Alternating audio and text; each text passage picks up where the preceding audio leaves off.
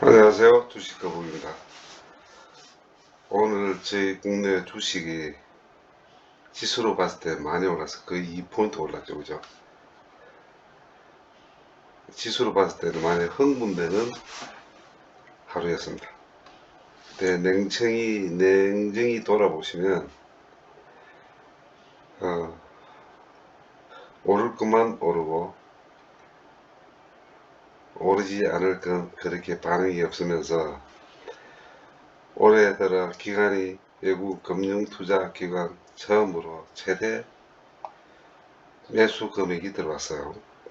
그리고 외국인은 등 떠밀려서 어쩔 수 없이 기관 외국인을 따라 들어온 아주 강보합 기관 금융은 묻지마 매수를 한 하루였습니다. 왜 제가 이런 말씀을 드리냐면은, 기관하고 금융투자가 매수한 종목들을 보면 확연히 외국인 투자가 보는 방향과 틀리다는 걸 알 수가 있습니다. 자, 실예를 들어드리면,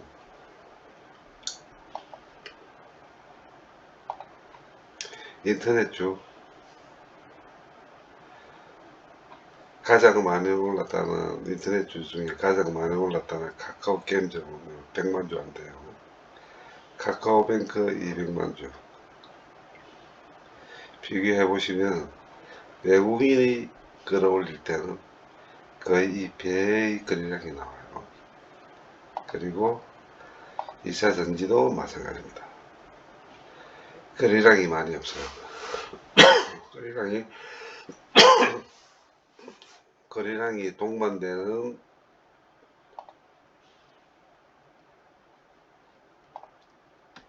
주식이 올라갔을 때는 강력한 이 끌개로 지수의 영향과 상관없이 많이 끌어 올라갑니다. 다시 말해서 외국인이 들어오지 않는 기관 검투의 지수 끌기는 언제든지 돌변할 수 있다는 겁니다. 그래서 보시면은 거래량이 얼마 안 돼요. 거래량 자체가. 아마 시간이 나신 분들은 제가 이 말을 하는 거를 더 한번 보시고 확인을 해 보시면 아실 거예요. 그래서 많이 조심하셔야 되는 거, 냉정히 말씀드리니까 많이 조심해야 됩니다. 거래량이 동반되지 않는 끌개는 매물이 떨어지면은, 예를 들어서 첨보가 예를 들어서 3% 올랐잖아요. 85,000주.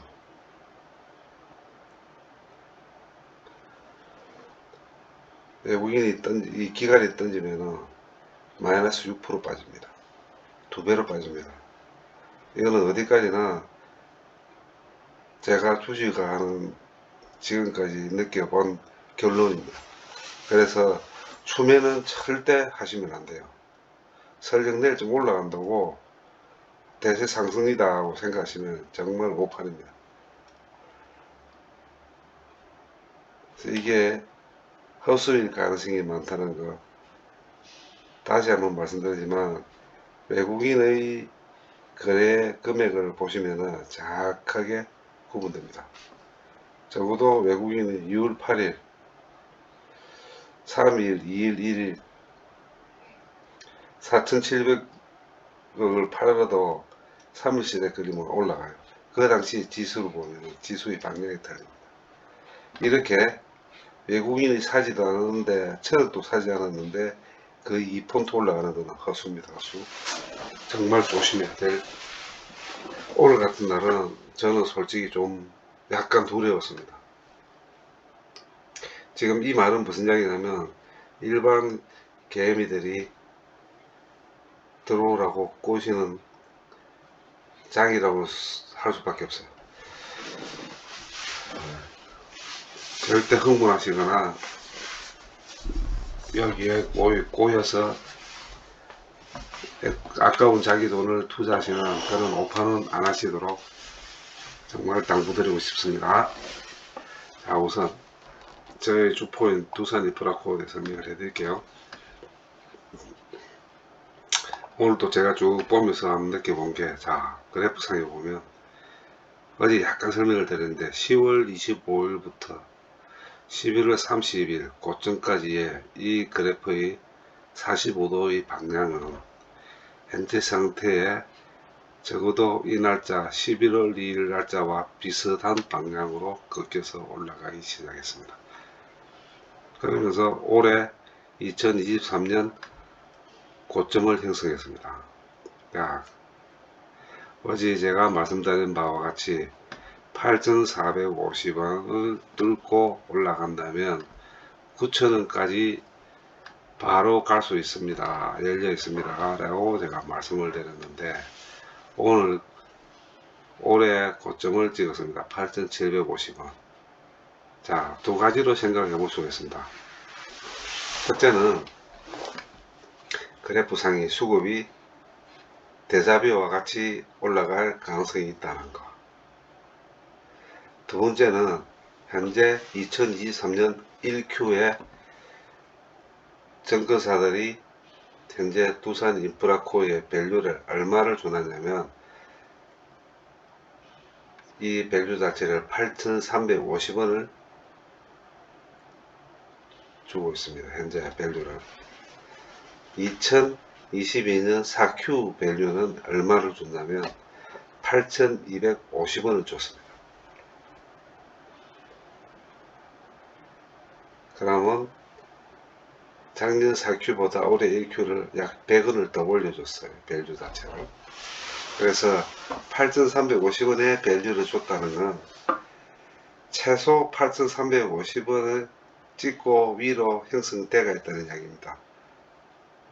그래서 대부분이 주식을 투자를 하시고 재무 분석을 하시는 분들은 이 밸류의 10% 밸류의 10% 정도를 적정 가계라고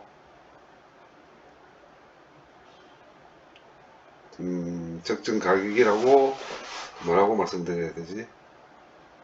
판단을 하는 경우가 많아요. 그런데 다시 말해서 8,350원에 10% 붙으면 9,000한 1, 200원 정도 되겠죠. 그래서 지금 현재 상태에서 8,700원, 오늘 8,695원을 찍었다는 종가 기준으로 아직까지 상승의 여력은 떠 있습니다. 단지 여기서 10% 하방으로 보면은 밑으로 10% 붙으면은 8,000원이 깨지겠죠. 자, 그러면 무슨 이야기냐? 여기서 추매는 일단 자제를 하셔야 된다는 거.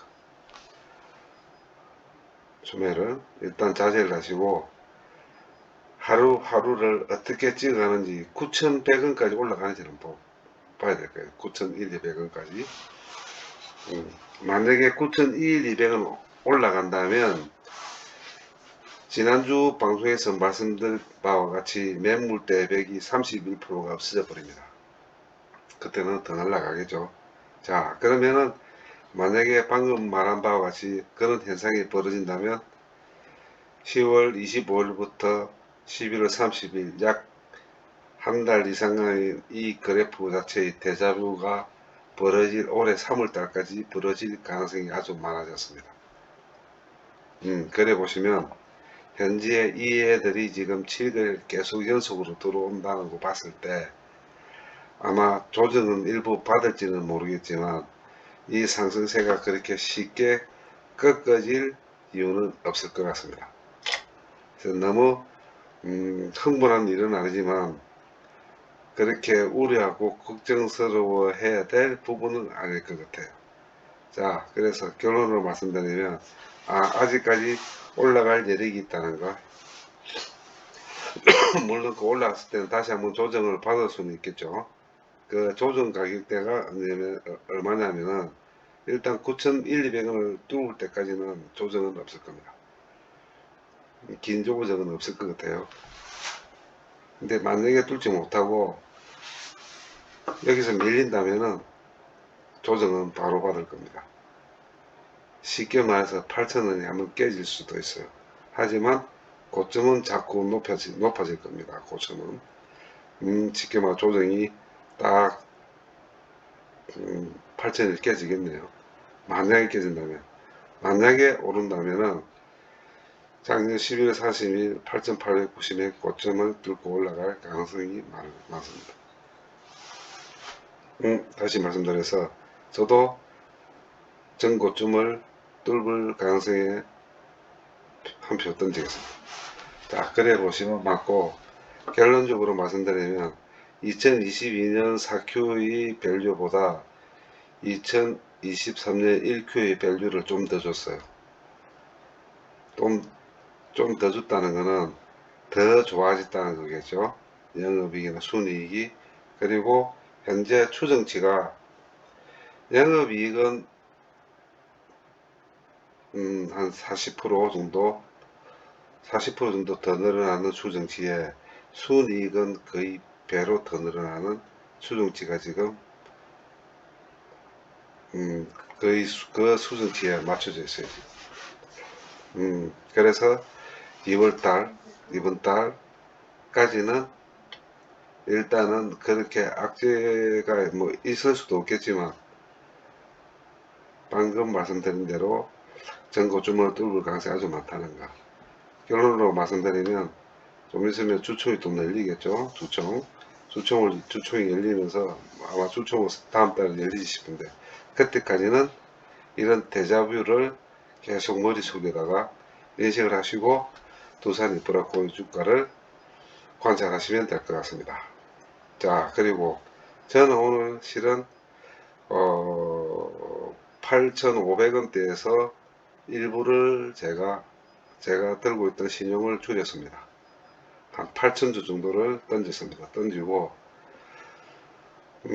험으로 매집 들어갔어요. 그렇다 본주는 저는 본주는 절대 건들지 않습니다. 이제 그대로 들고 있습니다. 두산 인프라코는 오늘은 다시 한 8,000주 정도는 제가 정리를 했습니다. 물론 당연히 수익은 받겠죠. 그렇게 두산 인프라코는 한번 생각을 해보시면 될 것 같네요. 그리고 또 한번 말씀드리자면 현재 종합주가에 그렇게 흥분해야 될 일은 아닐 것 같아요.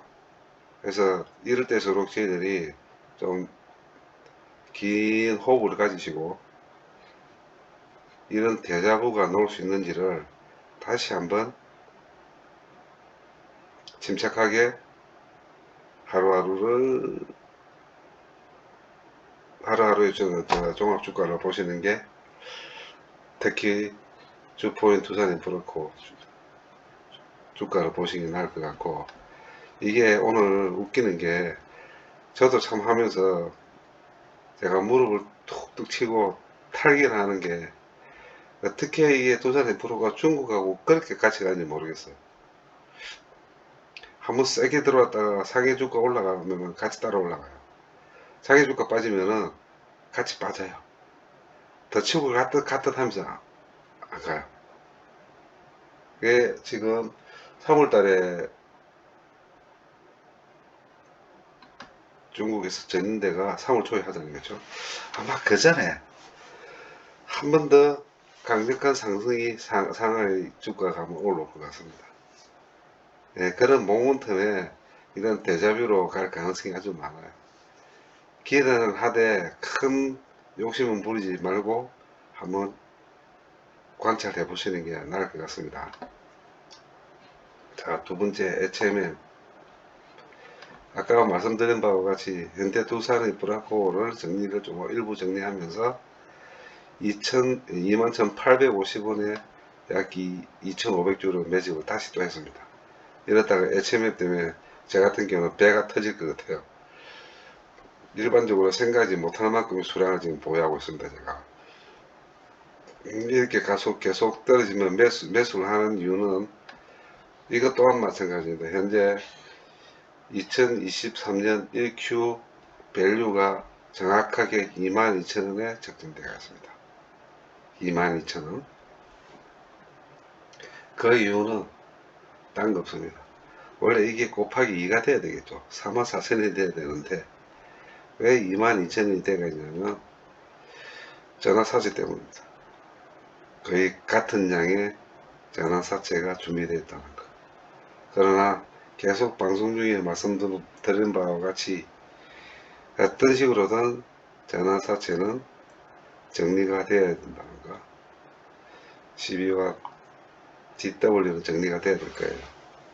그래서 가장 이상적인 방법은 신사협정처럼 가장 이상적인 방법은 50% 자사 매집에 소각하고 50%는 지분 참여하는 거로 새로 인수하는 업체에서 업체와 신사협정을 맺는 게 가장 서로가 부담이 없을 겁니다. 금전적으로 보나 새로 인수하는 인수업체의 운영 그 운영이라 보기에는 인수하는 업체가 지분 대비 인수 금액으로 따졌을 때도 그렇게 부담이 없을 것 같군요. 근데 거기에 대해서는 일절지금 이야기가 나오지 않죠.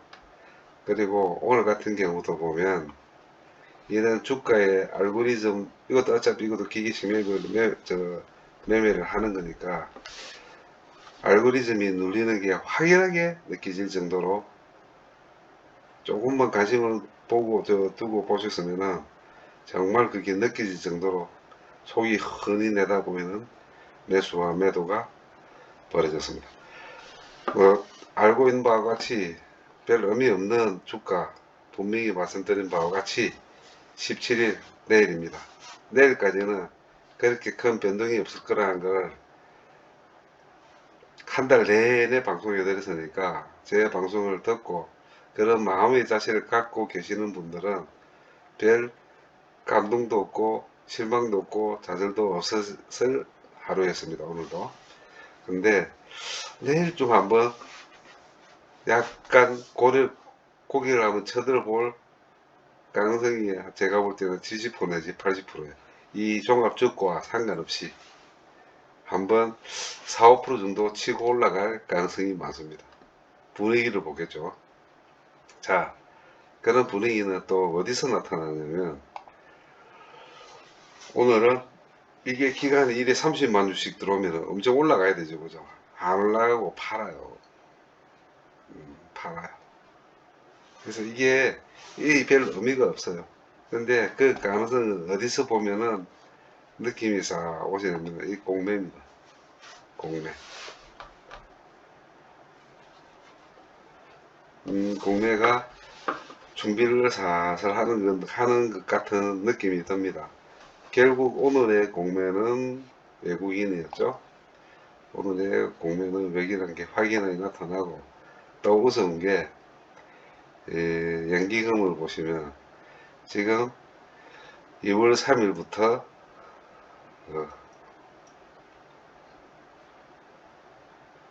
12거래일 동안 계속 매집입니다. 12거래일부터 계속 매집이에요. 또 어제도 방송한 바와 같이 이 연기금의 매수를 주의 깊게 관찰하셔야 된다는 거. 자, 대충 이제 HMM의 고통 시간은 오늘로서 끝난 것 같습니다. 저는 그렇게 봅니다. 아마 내일부터 한번 꿈틀거리면서 움직이기 시작할 거예요. 그러면서 다음 주 중에 HMM에 관한 뉴스들이 한국에서 튀어나올 가능성이 80% 90%입니다. 그러니 1차적으로 뭐 매도의 금액은 제가 말씀을 못 드리겠지만 내일 모레 한 일주일은 여기서 4, 5% 튀면서 23,000원 위로 한번 치는지, 자 요쪽에 22,600원이죠. 요 딱 보시면은 22,000 고가로 봤을 때 22,700원, 그렇죠. 요 23,000원 뚫고서 이 모든 것들이 전부 빵으로 만들어서 요 선까지 23,000원인 요 선까지 올라갈 수 있는지, 내일이나 월요일이나. 만약에 미리 움직인다면은 내일이나 월요일 날 중에 반드시 23,000원 뚫고 올라갈 겁니다. 거기서부터 시작을 할 것 같아요. 스타트를. 자, 그래 보시고, 지금은 HM 같은 경우는 버티는 놈이 이긴 놈입니다. 버티는 놈이 돈을 버는 거고, 현재까지 1월 27일부터 그 며칠입니까? 둘, 넷, 여섯, 여덟, 열둘, 열네, 열다섯. 3주 동안 버텼다면은 이제 3주를 벌 시간이 딱 온다는 거. 거기 1차적인 목표가 25,000원. 한번 보시면 지금까지 제 경험상도 그렇고 이제부터 시작하면 서물 연기가 펴오를 겁니다. 거기에 또 너무 흥분하지 마시고 다시 한번 말씀드리지만 25,000원, 27,000원, 3만원, 35,000원 이 기간이 길게 가느냐 짧게 가느냐는 25,000원까지 어떻게 하면 빨리 올라가지는지 그 기간에 단축된다면 모든 것이 단축될 것입니다. 그러면서 인수도 빨리 움직일 거고 그 전에 전환사채에 대한 해결 방법이 반드시 경제신문이나 경제 뉴스에 반드시 나옵니다. 거기 나올 때가 위로 슈팅하는 신호탄이라는 것만 알고 계시면 됩니다. 그 다음 어제 제가 말씀드렸는데 중국에 관련한 주식들이 어떨까 오늘 1차적으로 관망해서 관심으로 바뀌었습니다. 자, 이유가 뭐냐면 꿈틀꿈틀거리기 시작하네요.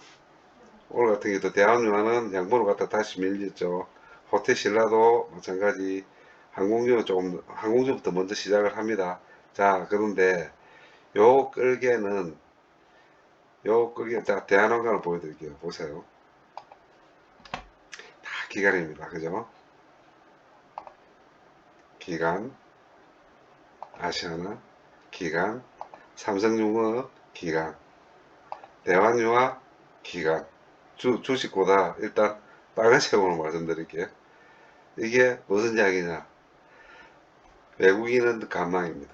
왜 관망이냐니 오늘 만약에 이 외국인들이 690억이 아니야 한 2천억 정도 샀다면 요런 애들을 싹 끌고 끌개를 끄집어 올라갔을 거예요. 이유가 뭐냐니까 한번 시도를 하려고 해서 외국인이. 근데 상해 지수가 빠져버렸습니다. 기간은 오늘 작정하고 들어왔기 때문에 이 지수에 멈출 수가 없었고 얘들은 부담 없어요. 내일이라도 오늘 미국 증시가 오늘 또 중요한 또 이벤트가 하나 있죠. 실직자, 실업자 급여 지수가 예상치에 부합되든지 나쁘게 놓은다면은 외국인은 내일 가차없이 응집된 자금력을 바탕으로 슈팅이 들어올 거예요. 기간하고 검토는 가차없이 팔겠죠. 그걸 보고 들어온 거예요. 그래서 지금 외국인과 기관들의 지금 섰다 게임에 걸렸던 것 같아요. 섰다 게임. 그래서 아마 만약에 나스닥이 좋아진다면 외국인이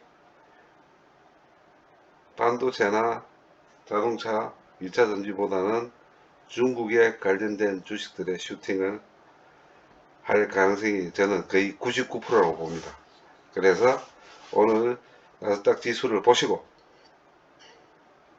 만약에 시장에 부합되는 근사치가 놓아진다면 내일 아침에 외국인이 오늘까지 소화됐던 중국 관련 주식의 슈팅이 나올 거라는 걸 예상하시면 그렇게 무리하지 않을 겁니다.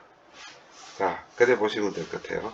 그래서 오늘 두산이 브로커하고 HM에 뭐 상대적 빈곤을 느낄 수밖에 없는 시황이기 때문에 일단은 제껴두고 인프라코어 말씀드린 바와 같이 오늘 4~5% 슈팅 나와버리면 날라갑니다. 근데 오늘 진짜 4~5% 나왔습니다. 정확하게 4~5% 나왔어요.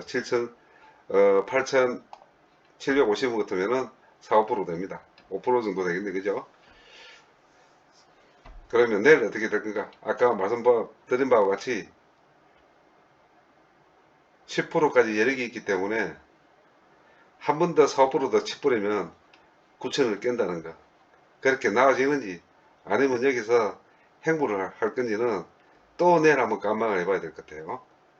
그러나 약간 희망적인 건 오늘 기간보다 외국인이 적게 샀다는 거, 그리고 공매가 없다는 거, 여기에 힘을 얻고 내일 다시 한번 끌개로 끄집고 올라가는지 아침부터 중점적으로 보셔야 될 상황이고, 혹시나 내일 갭 하락으로 시작한다면 일단 일부를 한번 정리하시고 최소한 한 20% 내지 30%는 정리하시고 감망을 하시는 게 좋고, 내일 다시 갭 상승을 해가 1~2% 갭 상승을 시작한다면 추매는 자제하시면 됩니다.